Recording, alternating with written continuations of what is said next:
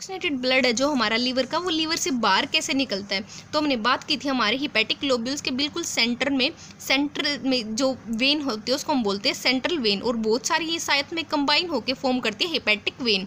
तो जो hepatic vein है डिऑक्सीनेटेड ब्लड को वो निकालती है और डालती है इन्फीरियर वेना केवा के थ्रू राइट एट्रियम में ड्रेन कर देती है आगे। तो हमारे जो लीवर का डिऑक्सीनेटेड ब्लड है वो कंबाइन, जो हमने सेंट्रल वेन बहुत सारी कंबाइन करके हिपैटिक वेन फॉर्म करते हैं, उससे होते हुए इन्फीरियर वेना केवा के थ्रू राइट एट्रियम में ड्रोन हो जाता है। उसके बाद यहाँ से स्टार्ट होती है आगे हमारी कार्डियोवैस्कुलर सर्कुलेशन। एक थोड़ा सा फ्लो चार्ट के अंदर देख लेते हैं। जैसे हिपैटिक आर्टरी लीवर को दे रही है 20% ब्लड, पर ये जो 20% ब्लड है वो 100% ऑक्सीजनेटेड है। दूसरी साइड है पोर्टल वेन जो कि सप्लाई कर रही है 80%, पर ये डिऑक्सीनेटेड ब्लड है रिच इन न्यूट्रिएंट्स है। दोनों ने हिपैटिक आर्टरी और पोर्टल वेन दोनों ड्रा करती हैं आगे ब्लड इंटरलोबुलर वेन में। इंटरलोबुलर वेन से साइनोसॉइड्स के थ्रू होता है वो पहुंचता है सेंट्रल वेन में। बहुत सारी सेंट्रल वेन कंबाइन करके बनाती है हिपैटिक आर्टरी, और हिपैटिक आर्टरी से जो डिऑक्सीनेटेड ब्लड है वो इन्फीरियर वेना केवा के थ्रू होता हुआ हमारे जाता है राइट एट्रियम के अंदर, right atrium of the heart. ये है हमारी blood flow of the liver की, कैसे लीवर से जो डिऑक्सीनेटेड ब्लड है वो निकलता है इन्फीरियर वेना केवा के थ्रू होता हुआ हमारे राइट एट्रियम में हार्ट के आता है। थोड़ा सा और माइक्रोस्कोपिक स्ट्रक्चर हम देख लेते हैं लीवर का। जैसे ये सेंट्रल वेन है, ये हमारा कंप्लीट हिपैटिक लोब्यूल्स है, उस हिपैटिक लोब्यूल्स की ये हमारी सेंट्रल वेन है। सेंट्रल वेन से सेंटर में तो नहीं फॉर्म हुई पर सेंट्रल वेन है, यहाँ से निकाल, ये हमारी हिपैटिक सेल्स या जिनको हिपैटोसाइट्स भी बोलते हैं जो बाइल फॉर्मेशन करती हैं। यहाँ से जो ये रास्ता जा रहा है जो हमारी सर्कुलेशन को अंदर की साइड लेके आ रहा है हिपैटिक आर्टरी और पोर्टल वेन, यहाँ से सर्कुलेशन आती है। वो जो आगे जा रहा है वो किसके थ्रू जा रहा है, साइनोसॉइड्स के थ्रू, यहाँ से अंदर। इसको हम बोलते हैं साइनोसॉइड्स भी बोलते हैं, जो ब्लड फॉर्म है साइनोसॉइड कंटेनिंग ब्लड। ये हमारी यहाँ पे बाइल डक्ट है, ये ब्रांच हिपैटिक आर्टरी की हमारी एक ब्रांच है। यहाँ से फिर जो देखो ये सर्कुलेशन में साइनोसॉइड्स आगे हमारी सर्कुलेशन को आगे लेके जा रही है, बाइल फॉर्म होता गया, बाइल के थ्रू निकलता गया आगे। बात करते हैं हम बाइल की कंपोजिशन की। तो बाइल है जो हमारा ग्रीनिश येलो कलर का फ्लूइड है जो कि सिक्रेट करती है हमारी लीवर की सेल्स, हिपैटोसाइट सेल्स। जो वेस्ट मटेरियल है उसको एक्सक्रेट करने का इसका काम है, ब्रेक डाउन और डाइजेशन में हेल्प करता है फैट को ब्रेक डाउन करके। दूसरा इसका इम्पोर्टेंट काम क्या है कि हमारा जो फीसिस का कलर है, जो फीसिस का कलर होता है वो होता है हमारे बाइल की वजह से, जो कि सिक्रेट करता है लीवर। देखो bile colour is yellow brownish और ओलिव कलर जो कि अल्कलाइन नेचर का होता है। फिर अल्कलाइन लिक्विड अमाउंट की बात करें तो per day 800 to 1000 ml each day bile secrete होता है। अगर हम बात करें इसकी pH की तो 7.6 to 8.6 होती है, यानी कि माइल्ड अल्कलाइन इन नेचर है। कंपोजिशन की बात करें तो 97 to 98% वाटर से होता है, बाकी अदर कंपोनेंट्स जैसे कोलेस्ट्रॉल है, बाइल साल्ट है, बाइल एसिड से मिलकर फॉर्म होता है। उसके बाद बात करते हैं हम फंक्शंस ऑफ लीवर की। लीवर हमारी बॉडी के अंदर डाइजेस्टिव और बिना डाइजेस्टिव भी बहुत इंपॉर्टेंट रोल प्ले करता है, तो एक एक करके देखते हैं। सबसे पहले जो इंपॉर्टेंट फंक्शन है वो है लीवर का स्टोरेज। शुगर को स्टोरेज का काम करता है। जो लीवर के अंदर शुगर स्टोर होती है वो होती है ग्लाइकोजन फॉर्म में।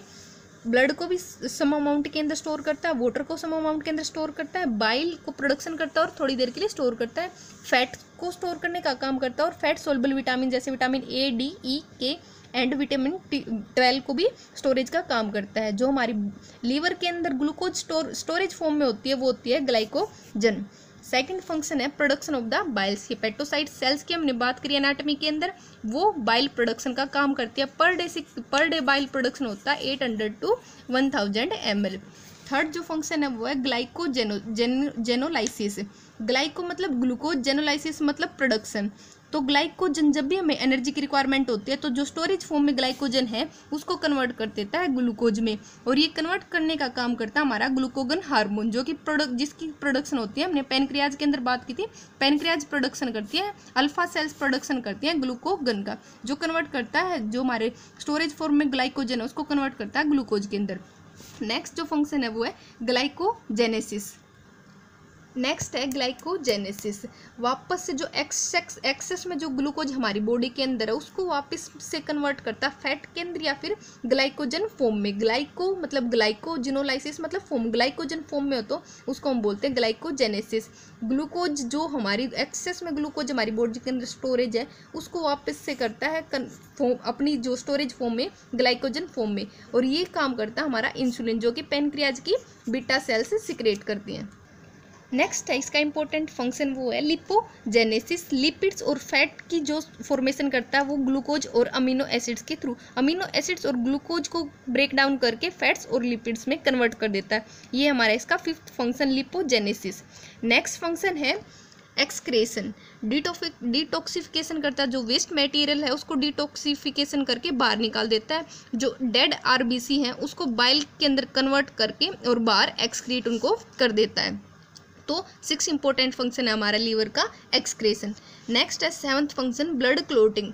ब्लड क्लोटिंग के अंदर भी हमारा लीवर इंपॉर्टेंट रोल प्ले करता है। देखो ये डाइजेस्टिव सिस्टम से एक्स्ट्रा हमारे इसके इंपॉर्टेंट फंक्शन है। ब्लड फॉर्मेशन, ब्लड क्लोटिंग कैसे फॉर्म करता है? फिब्रिनोजन और प्रोथ्रोम्बिन दो हमारे क्लोटिंग फैक्टर हैं जो कि ब्लड को क्लोटिंग में क्लोट फॉर्मेशन में हेल्प करते हैं। तो ये दोनों फिब्रिनोजन और प्रोथ्रोम्बिन है, ये दोनों प्रोडक्शन करता है हमारा लीवर और हेल्प करता है ब्लड क्लोटिंग में। 8th फंक्शन हमारे लीवर का regulation of the body temperature. Body temperature को कैसे रेगुलेशन करता है? जो हमारी मेटाबॉलिक एक्टिविटीज होती है डाइजेशन में उनके थ्रू हीट प्रोडक्शन करता है हमारी बॉडी टेम्परेचर और हमारी बॉडी टेम्परेचर को मेंटेन करता है। वैसे हमारी बॉडी टेम्परेचर का जो मेन मेंटेनेंस का काम है वो हमारे हाइपोथैलेमस का, पर लीवर भी करता है। लीवर कैसे करता है? मेटाबॉलिक एक्टिविटीज के थ्रू हीट को जनरेट करता है और हीट को प्रोडक्शन करता है। 9th इंपॉर्टेंट फंक्शन है वो है डी अमाइनिफिकेशन। प्रोटीन्स हैं, अमाइनो एसिड्स हैं, उनको कन्वर्ट करता है अमोनिया के अंदर, इसी को हम बोलते हैं डी अमाइनेशन। प्रोटीन है, अमाइनो एसिड्स हैं, उनको कन्वर्ट करता है अमोनिया के अंदर। अमोनिया कन्वर्ट होता है, अमोनिया को कन्वर्ट करता है यूरिया के अंदर और यूरिया फिर किडनी के थ्रू एक्सक्रीट हो जाता है बाहर हमारी यूरिन के थ्रू। इस प्रोसेस को हम बोलते हैं डी अमाइनेशन हमारा, जो कि लीवर करता है। बहुत इंपॉर्टेंट इसका फंक्शंस है। नेक्स्ट है 10th नंबर का हमारा important function of the liver. कैसे काम करता है? Formation and destruction of the RBC. RBC की फॉर्मेशन भी करता है और डिस्ट्रक्शन कैसे करता है? फिट लाइफ में जब तक हमारी बोन मैरो अच्छी तरह से कंप्लीट डेवलप नहीं होती उस टाइम पे हमारी आरबीसी फॉर्मेशन का काम करता है लीवर। जबकि अडल्ट लाइफ में जब हमारी बोन मैरो कंप्लीट डेवलप हो चुकी है उस टाइम पे ये लीवर करता है आरबीसी की डिस्ट्रक्शन का। दोनों काम करता है, फॉर्मेशन का भी और डिस्ट्रक्शन का भी। जब तक फिट लाइफ में हमारी बोन मैरो कंप्लीट डेवलप नहीं हुई तब तक तो हमारी आरबीसी फॉर्मेशन का काम करता है। जब हमारी अडल्ट लाइफ में कंप्लीट बोन मैरो डेवलप होगी उस टाइम पे हमारी आरबीसी की डिस्ट्रक्शन करके बाइल फॉर्मेशन करता है। नेक्स्ट इंपॉर्टेंट फंक्शन है 11th फैगोसाइटोसिस। जो डेड आरबीसी या हार्मफुल जो माइक्रो ऑर्गेनिज्म है उनकी फैगोसाइटोसिस करती है हमारे लीवर की कफर सेल्स। जो हमारे लीवर के लिए हार्मफुल होते हैं उनको फैगोसाइटोसिस करती है हमारे लीवर की कफर सेल्स। तो हमारा अगर लीवर की कोई सेल्स हैं जो इंपॉर्टेंट रोल प्ले करती हैं फैगोसाइटोसिस में तो वो है हमारी लीवर की कफर सेल्स, जो कि काम करती हैं फैगोसाइटोसिस का। हार्मफुल माइक्रो ऑर्गेनिज्म और जो डेड आरबीसी हैं उनको लीवर से बाहर निकालती है और इंगल्फ करती हैं, फैगोसाइटोसिस का काम करती हैं कफर सेल्स।